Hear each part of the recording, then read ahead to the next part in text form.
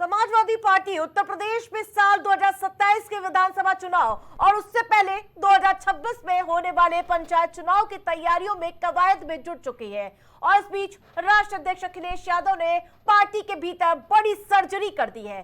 Sapa chief के निर्देश पर कुशीनगर छोड़कर बाकी सभी जिलाध्यक्षों को हटा दिया गया है, कार्यकारिणी भंग कर दी गई है और माना यह जा रहा है कि सपा चीफ आगामी पंचायत और 2027 में प्रस्तावित विधानसभा चुनाव को ध्यान में रखते हुए ये फैसला लिए हैं।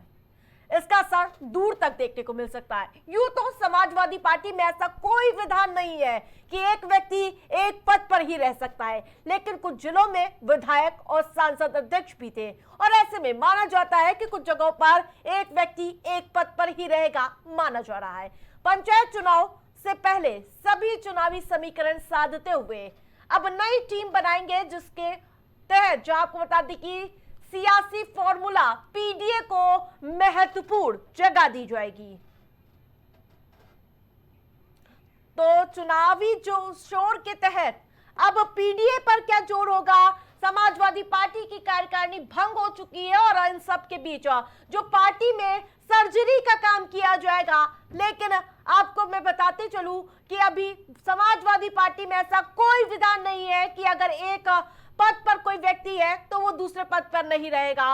ये ऐसा कोई विधान समाजवादी पार्टी में नहीं है। पंचायत चुनाव से पहले सभी पार्टी और साथ ही आपको बता दें कि कवायद करते हुए नजर आ रहे हैं। सबके बीच समाजवादी पार्टी ने जिस प्रकार से लोकसभा चुनाव में उत्तर प्रदेश में प्रचंड जीत हासिल की थी, उस जीत को बरकरार रखने के लिए एक बार फिर से पीडीए पर जोर देने का प्रयास किया जा रहा है और नई सर्जरी करते हुए अखिलेश यादव नजर आ रहे हैं और कार्यकारिणी को भंग कर दिया गया है। तो जो आपको बता दें कि 2027 में विधानसभा चुनाव से पहले पंचायत चुनाव होने हैं, उसको लेकर चाहे भारतीय जनता पार्टी की मैं बात करूं या समाजवादी पार्टी की, दोनों दल लगातार कवायद करते हुए नजर आ रहे हैं।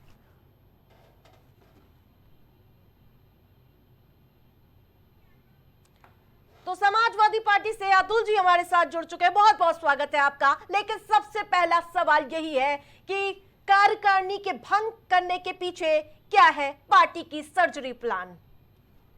अतुल जी, आवाज मिल पा रही है?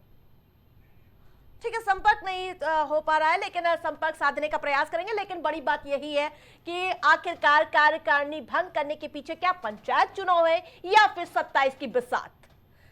यूं तो हमने आगामी दिनों में पोस्टर बार खूब देखे थे, 27 का सत्ताधीश तक देखा था हमने और उसके बाद लगातार आरोप प्रत्यारोप का दौर देखने को मिला और अब पार्टी में अंदरूनी मंथन का दौर शुरू हो चुका है, क्योंकि अब 26 में पंचायत चुनाव होने हैं। लेकिन जिस प्रकार से लोकसभा चुनाव के बाद उपचुनाव में थोड़ा सा झटका समाजवादी पार्टी को लगता है और उसके बाद अब एक बार फिर से समाजवादी पार्टी अपने आप को वापस से जिस प्रकार से लोकसभा चुनाव में दमखम बिखेरती हुई नजर आ रही थी, वही दमखम को बिखेरने का प्रयास 27 और पंचायत चुनाव में करने के लिए पार्टी कवायद करती हुई नजर आ रही है।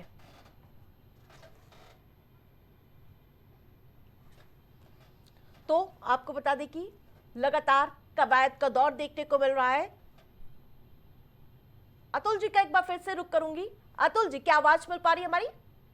जी हाँ बिल्कुल। लेकिन सबसे बड़ा सवाल यही है कि कार्यकारिणी के भंग करने का क्या है पार्टी की स्ट्रेटेजी, क्या है सर्जरी की तैयारी?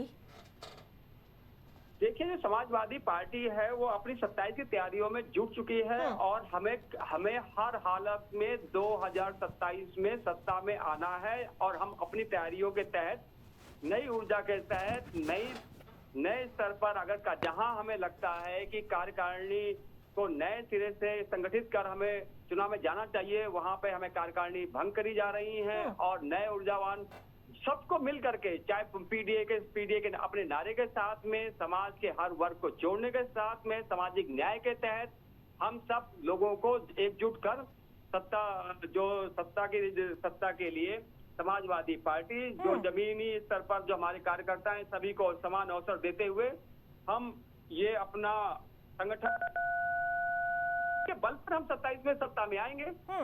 जिस प्रकार से लेकिन लोकसभा चुनाव में आप प्रचंड जीत हासिल करते हैं, लेकिन उपचुनाव में आपको थोड़ा सा झटका लगता है।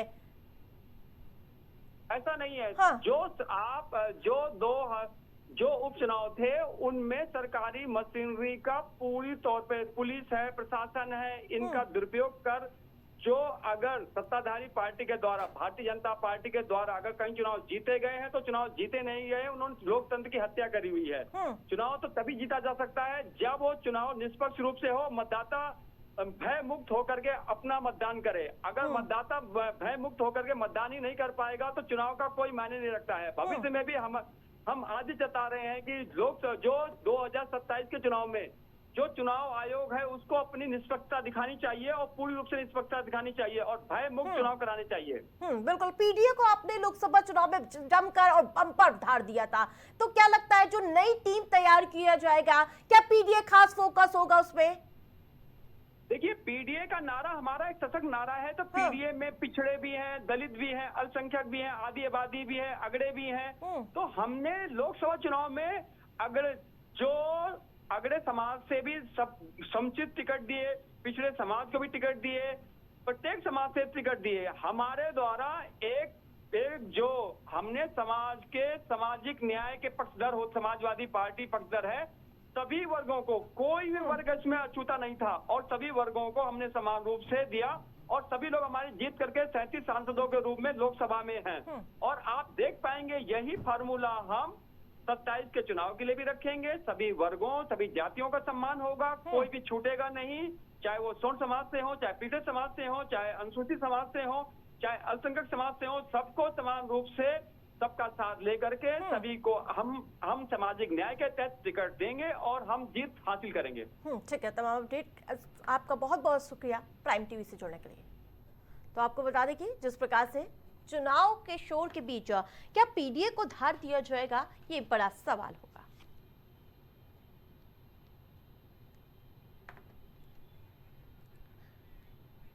खबर दोपहर में मेरे साथ फिलहाल इतना ही। देखते रहे प्राइम टीवी।